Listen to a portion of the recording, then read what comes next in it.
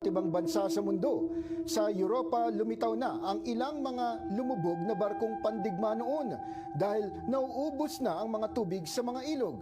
Habang sa Africa, milyon-milyon na ang nakakaranas ng taggutom. Narito ang report.